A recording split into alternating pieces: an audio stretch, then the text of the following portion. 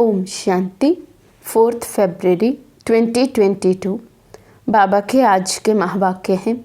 बाबा समझाते, मीठे बच्चे अपने दिल रूपी दर्पण में देखो कि अंदर में कोई भूत तो नहीं है। भूतों को निकालने का प्रयत्न करते रहो। प्रश्न है, बाप और बच्चों के बीच संगम पर दुनिया से बिल्कुल न्यारी रस्म चलती है, वे कौन सी? बाबा समझाते, दुनिया में बच्चे बाप को नमस्ते करते हैं, लेकिन यहाँ बाप बच्चों को नमस्ते करते हैं। बाप खुद कहते हैं, मीठे बच्चे, मैं तुम्हारी सेवा में आकर उपस्थित हुआ हूँ, तो तुम बच्चे मेरे से भी बड़े ठहरे। दूसरा, मैं निरअहंकारी निराकारी बाप हूँ, तो ज़रूर मैं पहले नमस्ते करूँगा। ये भी संगम की न्यारी रस्म है। तो यहाँ पहले बाबा हमें नमस्ते करते, फिर हम नमस्ते करते, बाबा को रिस्पांस करते हैं। बाबा कहते ये रस्म भी न्यारी रस्म है जो केवल संगम युग पर होती है। ओम शांति। आने से पहले पहले बाप बच्चों से नमस्ते करे या बच्चे बाप को नमस्ते करें? तो बाबा पूछ रहे हैं कि जब शिव बाबा आते हैं तो पहले किसे नमस्ते करना चाहिए, बच्चों को या बाबा को? तो बच्चों ने कहा बच्चे बाप को करें। बाबा कहते नहीं, पहले बाप को नमस्ते करना पड़े। संगम युग की रस्म रिवाज ही सबसे न्यारी है। बाप खुद कहते हैं, मैं सभी का बाप तुम्हारी सेवा में आकर उपस्थित हुआ हूँ, तो ज़रूर बच्चे बड़े ठहरे ना।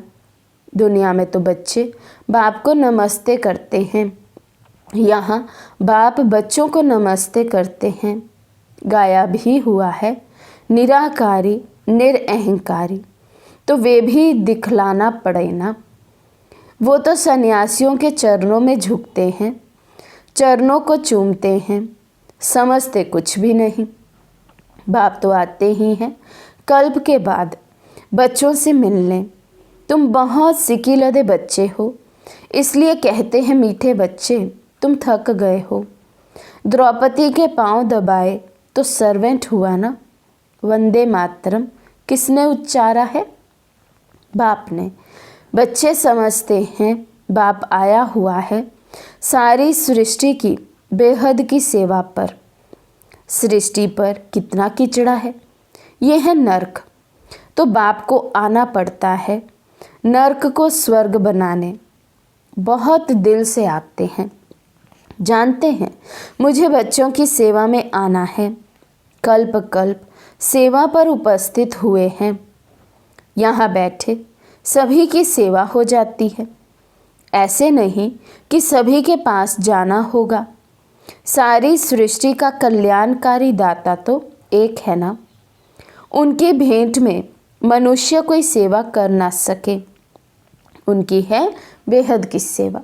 जैसी सेवा शिव बाबा आकर हम बच्चों की करते, पूरे विश्व की करते, ऐसी सेवा बाबा कहते कोई और कर नहीं सकते हैं। गीत जाग सजनिया जाग, कितना अच्छा गीत है। नवयुग पर भी समझाना चाहिए। युग भी भारतवासियों के लिए ही है। भारतवासियों से फिर वे सुनते हैं कि सतयुग त्रेता होकर गए हैं, क्योंकि वे आते ही हैं द्वापर में। तो औरों से सुनते हैं कि भारत प्राचीन खंड था, उसमें देवताएं राज्य करते थे। आदि सनातन देवी देवता धर्म था जो अभी नहीं है। गीता है देवी देवता धर्म का माई बाप, बाकी सब बाद में आते हैं। तो ये हुआ प्राचीन सब धर्मों के लिए। वास्तव में एक गीता ही है मुख्य, जो सबको माननी चाहिए, परंतु मानते कहाँ हैं? वे अपने धर्म शास्त्र को ही मानते हैं। यहाँ तो जानते नहीं कि भगवान ने गीता कब उच्चारी। गीता है बाप की उच्चारी हुई, उसमें बाप के बदले बच्चे का नाम डाल मुश्किलात कर दी है। इसलिए सिद्ध नहीं होता कि शिवरात्रि कब मनाएं। शिव जयंती के बाद होती है कृष्ण जयंती। कभी भी श्री कृष्ण यज्ञ नहीं गाया जाता, रुद्र ज्ञान यज्ञ ही गाया जाता है। उनसे ही विनाश ज्वाला प्रज्वलित हुई। सो तो बरोबर देख रहे हो, आदि सनातन देवी देवता धर्म की फिर से स्थापना हो रही है। फिर ये और अनेक धर्म रहेंगे नहीं। कृष्ण भी तब आए जब और धर्म ना हो। बाकी सब आत्माएं मुक्ति धाम में रहती हैं। भगवान से तो सबको मिलना होता है ना। सभी बाप को सलाम करेंगे। बाप भी फिर आकर बच्चों को सलाम करते हैं, बच्चे फिर बाप को करते हैं। इस समय बाप साकार में आया हुआ है। यहाँ तो सभी आत्माएं बाप से मिल ना सके, क्योंकि कोटों में कोई ही आएंगे। तो सभी भगत कब और कहाँ मिलेंगे?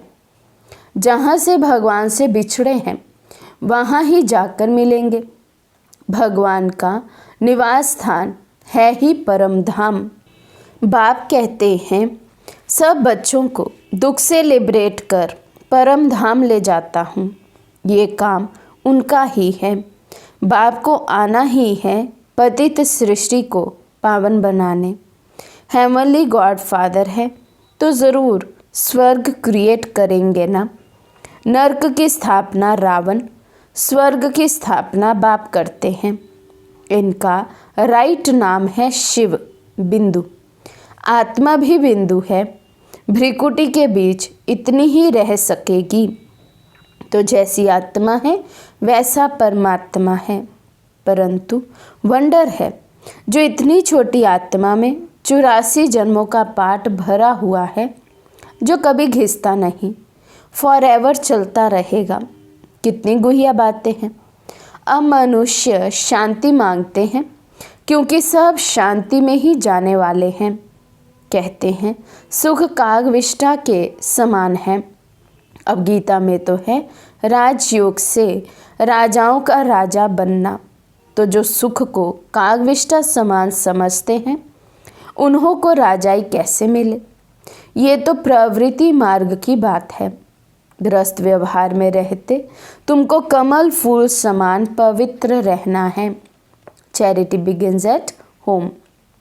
शिव बाबा भी कहते हैं मैं पहले इस साकार ब्रह्मा को समझाता हूँ। शिव बाबा का ये चैतन्य होम है। आज ब्रह्मा बाबा को शिव बाबा नया टाइटल दे रहे हैं कि ये मेरा चैतन्य होम है। पहले पहले ये ब्रह्मा सीखते हैं, फिर उनसे एडॉप्टेड चिल्ड्रन नंबर वार सीख रहे हैं। ये बड़ी गुहिया बातें हैं। सदगति दाता पतित पावन खुद आकर ये सब राज समझाते हैं। ऐसे नहीं कि वहाँ से प्रेरणा करते हैं, वे तो यहाँ आते हैं। यादगार भी है, शिव के अनेक मंदिर हैं। खुद कहते हैं मैं साधारण ब्रह्मा तन में आता हूँ। ये खुद अपने जन्मों को नहीं जानते हैं। इसमें एक की बात नहीं, सभी ब्रह्मा मुख वंशावली बैठे हो। ब्रह्मा मुख के द्वारा तुम ब्राह्मण रचे गए हो। तुम ब्राह्मणों को ही समझाते हैं। यज्ञ हमेशा ब्राह्मणों द्वारा ही चलता है। उन गीता सुनाने वालों के पास ब्राह्मण तो है नहीं, इसलिए वे यज्ञ भी नहीं ठहरा। ये तो बेहद के बाप का रचा हुआ बहुत बड़ा भारी यज्ञ है। सबसे बड़े ते बड़े पतीले चढ़े आए हैं। भंडारा अब तक चलता ही रहता है। समाप्त कब होगा? जब सारी राजधानी स्थापन हो जाएगी। बाप कहते हैं तुमको वापस घर ले जाएंगे, फिर नंबरवार पाठ बजाने भेज देंगे। ऐसे और कोई कह ना सके कि मैं तुम्हारा पंडा हूँ, तुमको साथ ले जाऊँगा। पतित मनुष्यों को पावन बनाकर ले जाते हैं। फिर अपने अपने धर्म स्थापन करने समय पाठ बजाने आत्माएं आना शुरू करती हैं। तो बाबा कहते हैं अभी मैं आया हूँ, सबको घर वापस ले जाऊँगा और फिर अपने पाठ अनुसार सब आत्माएं नीचे आना शुरू होंगी। तो पहले पहले हम आत्माएं आएंगी सतयुग त्रेता में, फिर अनेक धर्म स्थापक आत्माएं आएंगी अपने अपने समय पर अपना अपना पाठ बजाने। अनेक धर्म अभी हैं, बाकी एक धर्म नहीं है। तो गीता है सभी धर्मों में शिरोमणि, क्योंकि उनसे सबकी गति सद्गति होती है। भारतवासियों में भी ज्ञान वे लेते हैं जो आत्माएं पहले पहले परमात्मा से अलग हुई हैं। पहले पहले वे आना शुरू करेंगी नंबरवार, फिर सबको आना है। सतो रजो तमो से तो सबको पास करना है।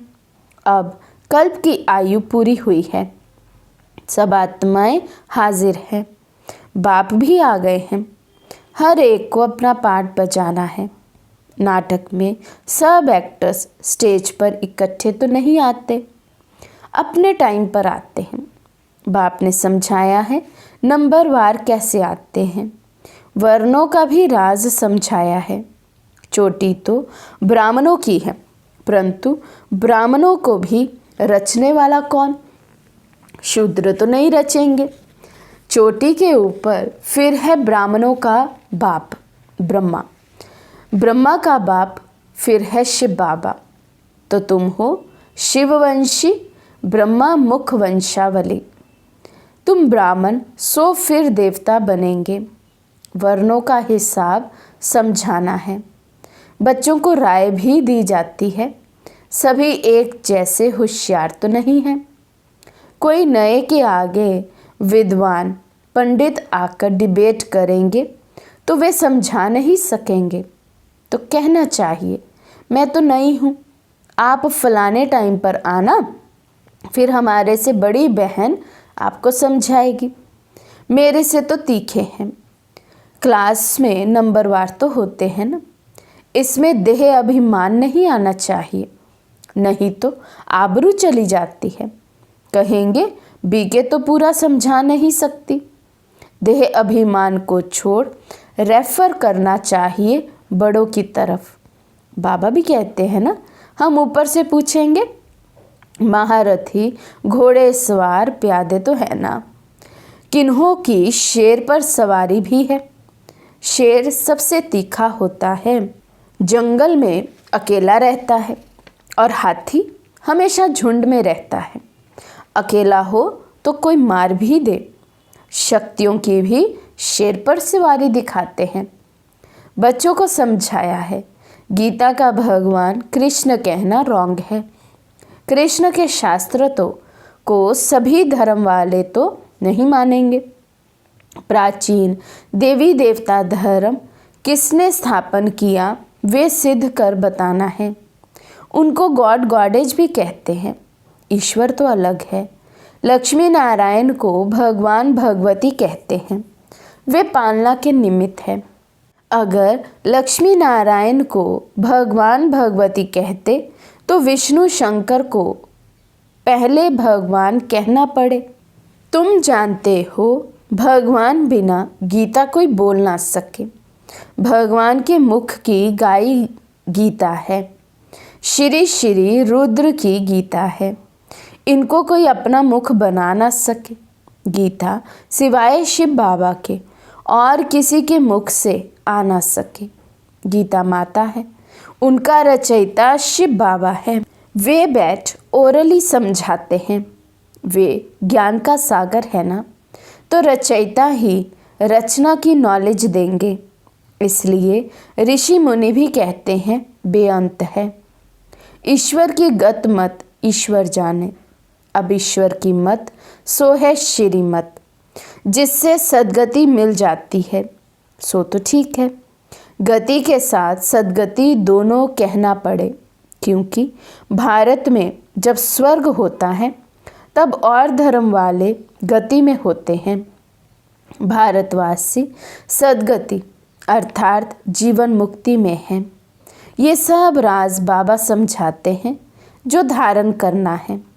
भक्ति मार्ग वाले कहते हैं वेद शास्त्र आदि सबसे ईश्वर का रास्ता मिलता है, परंतु ऐसे तो है नहीं। ये कोई शिमला की पहाड़ी थोड़ी है जो जहाँ से भी जाओ तो पहुँच जाएंगे। यहाँ तो साजन को सजनियों के पास आना पड़े, सजनियों का श्रृंगार करना पड़े। स्वर्ग का मालिक बनाने के लिए सब महाराजा महारानी बनना चाहते हैं, परंतु बाबा कहते हैं अपना मुंह तो पहले देखो। नारद की बात भी अभी की है। उनको लक्ष्मी को वरने की दिल हुई तो उसको कहा पहले अपनी शक्ल तो देखो। बाबा भी कहते हैं अपना दिल रूपी दर्पण देखो, काम का भूत तो नहीं आता है। जांच करते रहो और भूतों को निकालने का प्रयत्न करते रहो। युक्तियां तो बाबा सब बतलाते रहते हैं। मन में संकल्प तो बहुत आएंगे, कर्म में नहीं आना चाहिए, ये पहले की बात है। लेकिन अब तो बाबा का होमवर्क है, मन में भी व्यर्थ नहीं आना चाहिए है।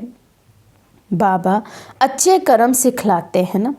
कर्म अकर्म विकर्म की गति का ज्ञान भी गीता में है और तो कोई में है नहीं। विकर्म कराने वाली है माया, वे सतयुग में होती नहीं। अब श्रीमत पर चलने से ही तुम स्वर्ग में चल सकते हो। ये किसी मनुष्य की मत नहीं है, बाप की श्रीमत से स्वर्ग बन रहा है। औरों की मत से स्वर्गवासी बन ना सके और भी भ्रष्ट बनते जाएंगे। तुम बच्चे जानते हो अब एक धर्म की स्थापना हो रही है। तुम योग बल से गुप्त वेश में अपनी किंगडम स्थापन कर रहे हो। हाथ में हथियार आदि तो कुछ है नहीं, ज्ञान के बाण व तीर आदि हैं। उन्होंने फिर स्थूल में दिखा दिया है। ये है सब गुप्त शक्ति। शक्तियों की देखो कितनी पूजा होती है। 10-20 भुजाओं वाली तो कोई है नहीं, सबकी 2 भुजाएं होती हैं। मनुष्य सृष्टि में 8-10 भुजा वाले कोई होते नहीं। सूक्ष्म वतन में विष्णु को 4 भुजा दिखाते हैं, वे भी अर्थ सहित। बीज को जानने से सारे झाड़ का ज्ञान आ जाता है।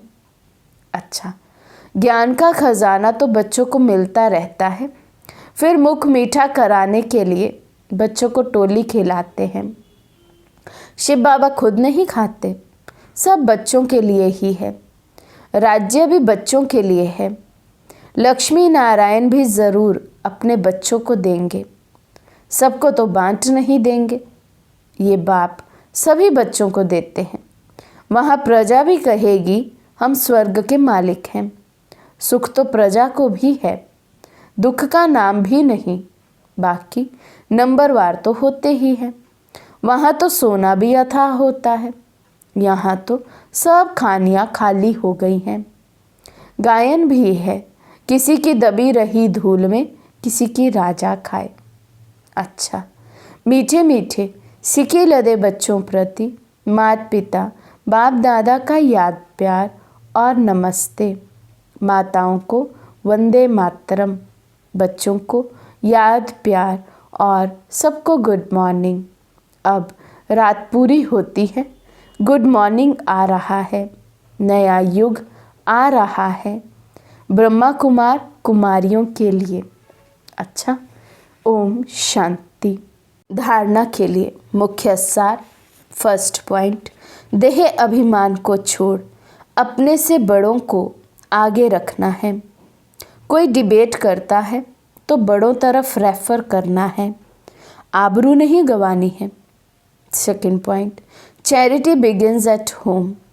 पहले परिवार का कल्याण करना है। गृहस्थ व्यवहार में रहते कमल फूल समान पवित्र बनना है।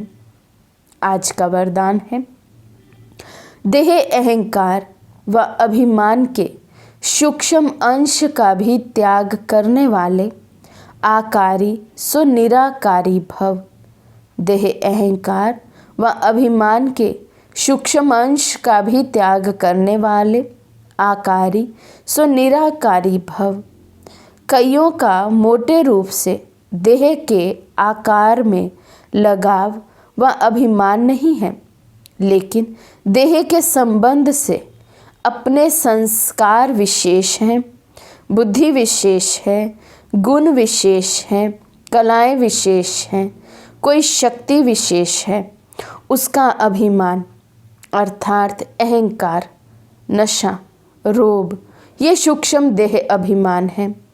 तो ये अभिमान कभी भी आकारी फरिश्ता व निराकारी बनने नहीं देगा, इसलिए इसके अंश मात्र का भी त्याग करो तो सहज ही आकारी सो निराकारी बन सकेंगे।